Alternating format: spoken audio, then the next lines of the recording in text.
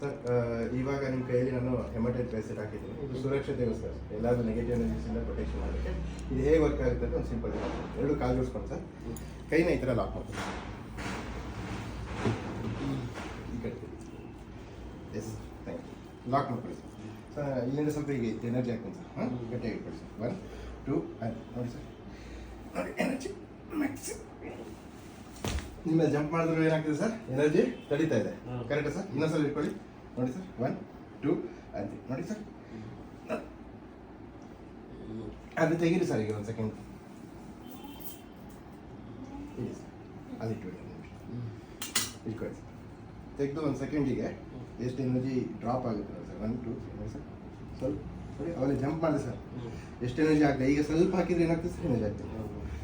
ಈ ಥರ ಇದು ವರ್ಕ್ ಆಗುತ್ತೆ. ಈ ಹೆಮಟೈಟ್ ಬ್ರೇಸ್ಲೆಟ್ ನಿಮ್ಮ ಕೈಯಲ್ಲಿ ಯಾವಾಗಲೂ ಇದ್ದರೆ ಎಲ್ಲ ನೆಗೆಟಿವ್ಸಿಂದನೂ ಪ್ರೊಟೆಕ್ಷನ್ ಇರುತ್ತೆ, ಸುರಕ್ಷತೆ ಇರುತ್ತೆ. ಎಲ್ಲ ಕಣ್ಣಿಗೆ ಕಾಣದಿರೋಂಥದ್ರಿಂದ ನಿಮಗೆ ಯಾವಾಗಲೂ ಕೂಡ 100% ಇದರಿಂದ ಅನುಕೂಲ ಆಗುತ್ತೆ.